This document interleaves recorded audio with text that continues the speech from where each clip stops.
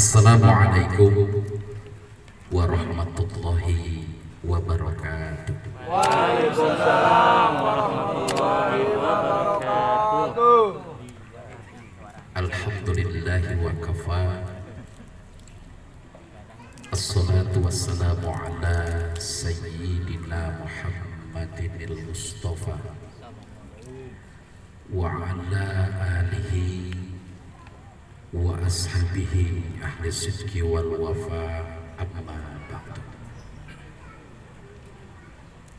Faqad qala Allah ta'ala fil Qur'anil Karim, a'udzu billahi minasy syaithanir rajim. Bismillahirrahmanirrahim. Wa'tasimu bihablillahi jami'an wa la tafarraqu. Al-ayat. Wa qala nabiyyu sallallahu alaihi wasallam, talabul ilmi fardhatun ala kulli muslimin wa muslimatin. Yang sama-sama kita hormati para alim ulama, para ustadz, para kesepuhan dan para tokoh masyarakat di lingkungan RW 09 yang tidak saya sebutkan namanya satu persatu, tapi insya Allah tidak mengurangi rasa hormat saya. Hadir semuanya, alhamdulillah. Dan juga ketua RW kita yang alhamdulillah selalu menjadi mobilisator kegiatan pengajian bulanan tingkat RW ini. Mudah-mudahan para RT dan para RW tetap diberikan semangat untuk bisa mengadakan pengajian, dan kita berharap mudah-mudahan apa yang kita lakukan pada malam ini mendapatkan ridho dari Allah Subhanahu wa Ta'ala.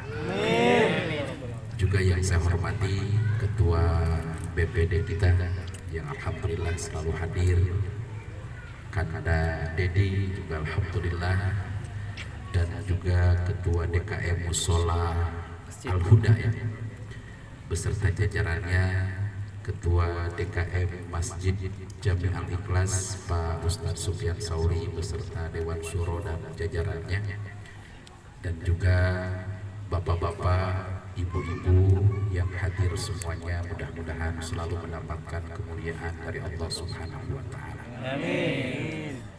Pertama, tiada untayan kata yang indah dan bermakna, tiada sanjungan yang dapat melukiskan kemuliaan selain memanjatkan puja kepada Allah Jat yang Maha Kuasa, beserta puji kepada Allah Jat yang Maha Suci. Alhamdulillah atas izinnya pada kesempatan malam ini kita bersama-sama bisa kembali mengikuti agenda pengajian bulanan kita yang kata Pak RW tadi sempat terhenti karena bulan suci Ramadan.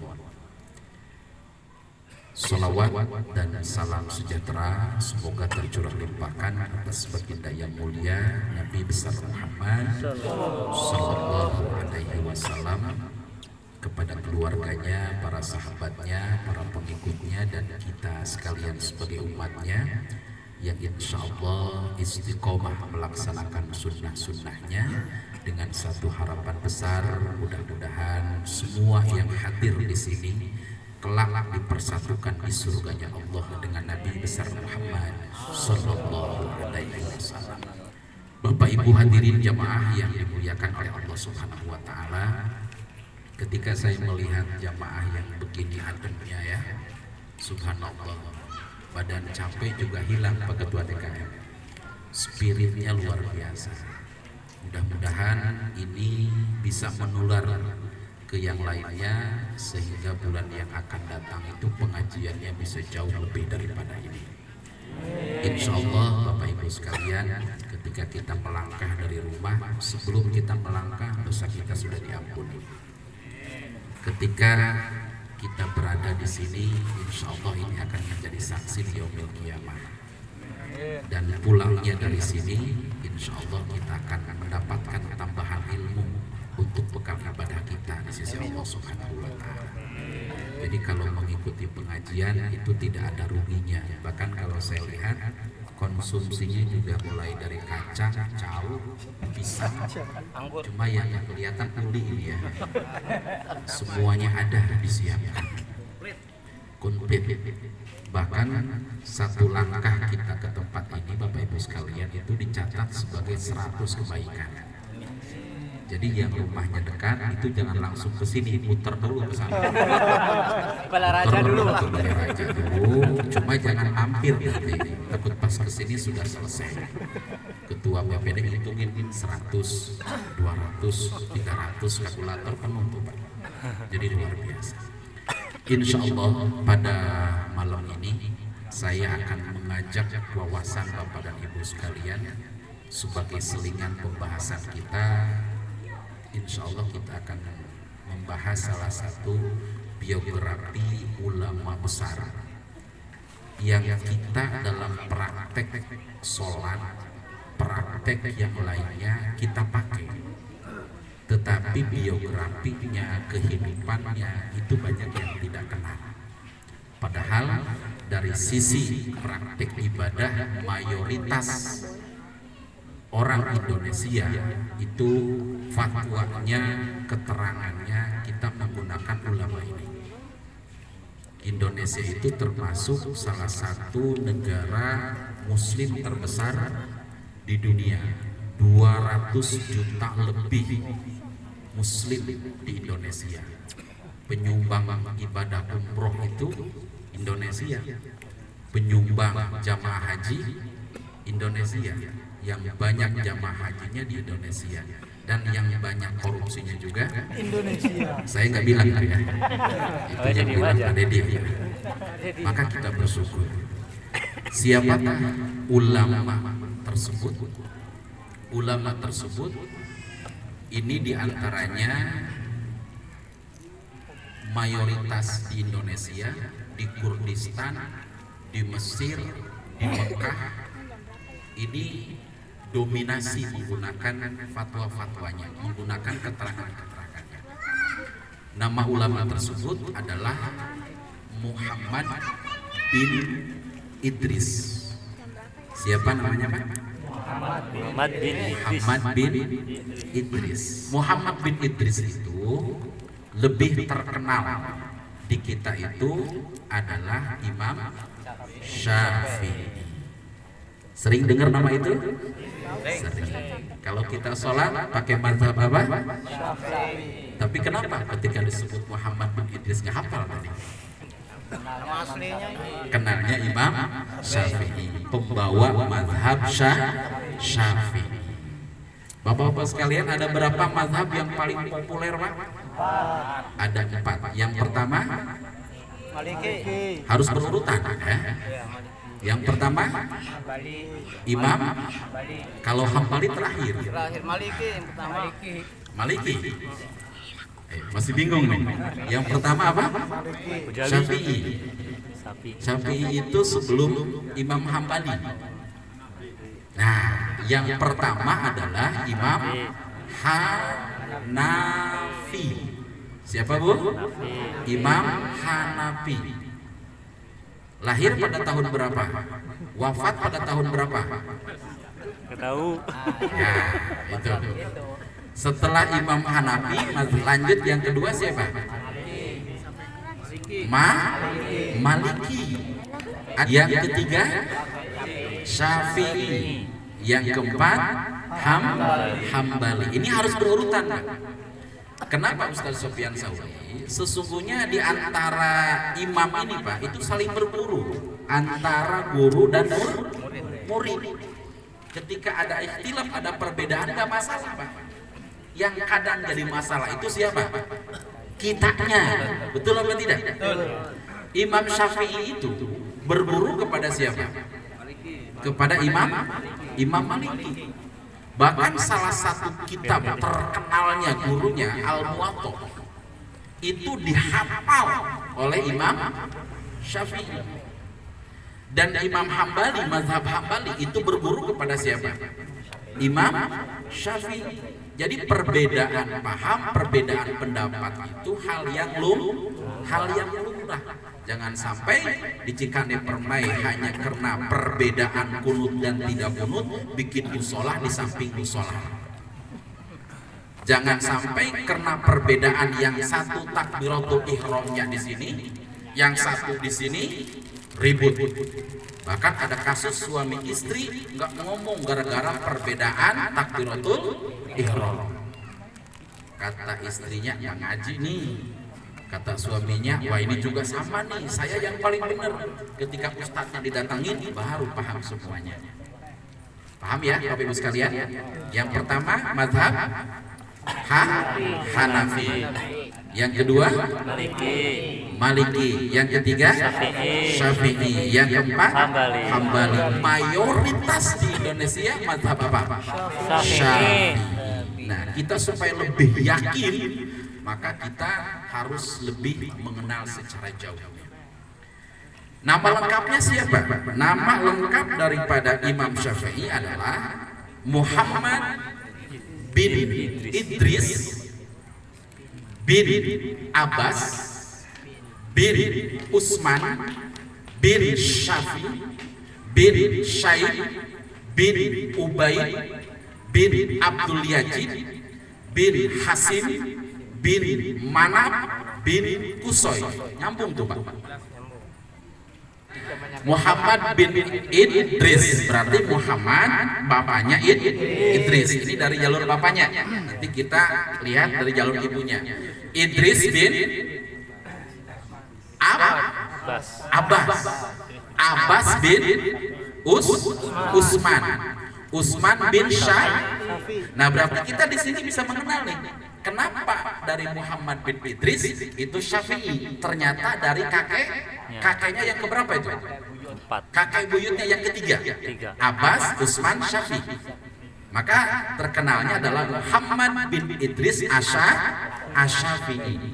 Dari situ bin lagi Syaib, bin lagi Ubaid, bin lagi Abdul Yazid, bin lagi Hasim bin Abdul Manab bin Kusoy. Jadi nyambung di sanadnya nih ke sana, subhanallah. Bahkan Syafi'i ya, itu kakeknya ini masuk kategori tabi'in. Dari sahabat, dari Rasul ke sahabat, dari sahabat ke tabi'in, dari tabi'in atba' tabi'in sampai ke generasi kita sekarang di sini. Nah, dan ayah daripada Syafi'i itu hidup pada zaman baginda Nabi, berarti sahabat Nabi besar Muhammad Sallallahu Alaihi Wasallam. Maka keilmuan dari sisi keturunan Imam Syafi'i ini luar biasa sekali Bapak Ibu sekalian. Alhamdulillah. Ini jangan-jangan nih, saya khawatir nih ibu-ibu, jangankan bin dari Imam Syafi'i, dari Nabi Muhammad saja 7 saja kadang banyak yang hafal kayaknya. Betul nggak Pak? Coba dari Nabi Muhammad, takut kita ngomong jauh-jauh, Nabi kita saja nggak hafal nanti. Muhammad bin Abdullah bin Abdul Muthalib bin Hasim bin Abdul Manab bin Kusoy bin Kilab bin Murrah bin Ka'ab bin Lu'ay. Ulangi, Muhammad bin, ya sekarang yang Imam Syafi'i, Muhammad bin Idris bin Abbas bin Utsman bin Syafi bin Syaib bin Ubaid bin Abdul Yazid bin Hasim bin Manab bin Kusoy. Alhamdulillah Bapak ya. Ketika kita belajar sejarah Pak Dedi, itu memang banyak yang mentok ketika kita menghafal tahun, menghafal nama. Tetapi semakin Bapak belajar sejarah akan semakin mengetahui kondisi Islam sejak zaman Rasul, sahabat, tabi'in sampai ke sini. Makanya Bung Karno pernah mengatakan apa? merah. Jangan sekali-kali lupakan sejarah. Kita tidak tahu sejarah permai. Ketika kita tahu, kita akan lebih cinta. Ketika cinta diapresiasi dengan hubbul waton minal iman. Cinta tanah air itu bagian daripada iman. Nah, Bapak Ibu hadirin jamaah yang berbahagia, Imam Syafi'i itu lahir pada tahun 150 Hijriah. Berapa? 150 Hijriah. Di mana beliau dilahirkan? Di Gajah. Gajah itu yang kemarin terkenal dengan agresi militer Israel ke jalur Gajah di Palestina. Pak RT pernah ke Palestina, Pak? Tahu, Pak? Pak RW pernah ke Palestina, Pak RW? Ya, Palestina itu ya ampun ke kanan lah, terus ke sana lagi. Di Gajah. Ada yang mengatakan di Askolan, sama saja itu, hanya perubahan saja. Dulu Askolan berubah jadi Gajah. Mungkin kalau ini tadinya bukan Permai ini, akhirnya jadi Cikande Permai. Tetap masih di sana. Di mana Ibu Bapak? Di Gajah. Dan subhanallah, ternyata kalau kita lihat sejarah, Imam Syafi'i ini hidup pada masa dinasti Abbasiyah. Adanya pada masa dinasti Abbasiyah. Kebetulan kalau tidak salah, dinasti Abbasiyah itu punya 37 khalifah. Pemimpin. Kalau kita sekarang presiden, yuk Pak, nanti kita sambil ngawang-ngawang begitu ya. Nah, khalifah kelima itu adalah Khalifah Harun ar-Rasyid. Terus keenam Al-Amin, ketujuh Al-Ma'mun. Pak Kesempatan pernah dengar nggak ini? Belum. Begitu ya. Hidup pada masa dinasti Abbasiyah. Bapak Ibu sekalian, kita mengenal dinasti itu ada berapa? Nih tangan saya nih, ada berapa? Ada dua. Ada dinasti Umayyah, ada dinasti Abbasiyah. Runtuh dinasti Umayyah, berdirilah dinasti Abbasiyah. Dinasti Abbasiyah itu khalifah pertamanya namanya siapa? Abul Abbas As-Safa. Terus sampai ke khalifah terakhir. Nah, Imam Syafi'i ini berada pada posisi Bani Abbasiyah. Nah, di Bani Umayyah, kita flashback dulu ke Bani Umayyah. Itu Bapak Ibu, saya masih mumpung ingat nih, itu ada tokoh tasawuf. Disebutnya tokoh sufi pada masa dinasti Umayyah itu ada 3 tokoh sufi yang sangat terkenal. Kalau Bapak nggak pernah dengar ceritanya, ini diragukan ya. Yang pertama adalah Hasan Al-Basri, pernah dengar nggak? Yang kedua, tokoh sufi, tokoh tasawuf yang terkenal itu kebetulan namanya ada di sekitar kita. Sepertinya itu orang tuanya terinspirasi oleh nama tersebut. Kebetulan nama tokoh sufi yang kedua ini, beliau menjabat sebagai ketua DKM Masjid Jami Al-Ikhlas. Siapa Pak? Nah, subhanallah. Mungkin Ustaz Sufyan Sauri lebih tahu persis tuh, ya. Karena biasanya nama itu Pak, nama itu ada sejarahnya, betul nggak? Dulu kalau orang Sunda tuh Pak Dedi ada namanya tolok. Tahu tolok Pak? Tolok itu yang kalau Bapak ngambil ikan itu suka ada di sini, ditaruh di tolok. Kempis. Nah, ada juga yang namanya jala. Pas istrinya lagi melahirkan, orang tua suaminya lagi ngejala. Supaya terabadikan namanya jala. Kalaupun awalnya Muhammad, tapi Muhammad jala. Itu masih penting. Yang lebih repot itu ketika istrinya sedang melahirkan, suaminya lagi manjat pohon kelapa biar terabadikan dengan baik. Namanya ketika lahir dikasih nama Cengkir. Ini yang paling repot nih. Jadi kalau nanti jadi ustadz ceramah ini ketika dipanggil kayaknya kurang elok nih. Acara selanjutnya ceramah agama yang akan disampaikan oleh Al-Mukarram Ustadz Cengkir. Kata Pak RW, mana dogannya ini? Ya, makanya dalam Islam itu nama memiliki makna, Pak. Jadi kalau ada yang mengatakan apalah arti sebuah nama, itu bukan sumber dari Islam. Itu yang mengatakannya orang non-Islam. Kalau dalam Islam itu nama itu punya arti dan punya doa. Jadi doa, dan nanti Pak Ketua BPD, Pak Ketua DKM itu kita dipanggil itu Pak berdasarkan nama dan BIN-nya. Nanti di Padang Besar itu dipanggil.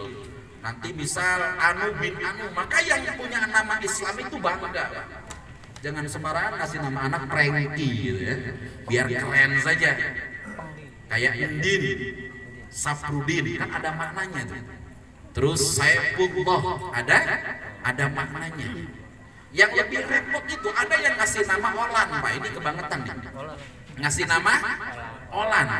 Kebetulan ibunya beli kasur, ditanya sama tetangga, Bu ini kasur buat siapa?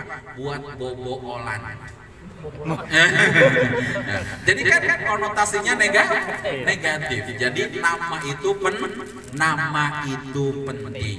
Insya Allah. Dan kita sudah diamanahi nama dengan nama yang terbaik. Insya Allah nama itu bagian doa akan membawa keberkahan kepada kita semua. Amin ya Allah ya Rabbal.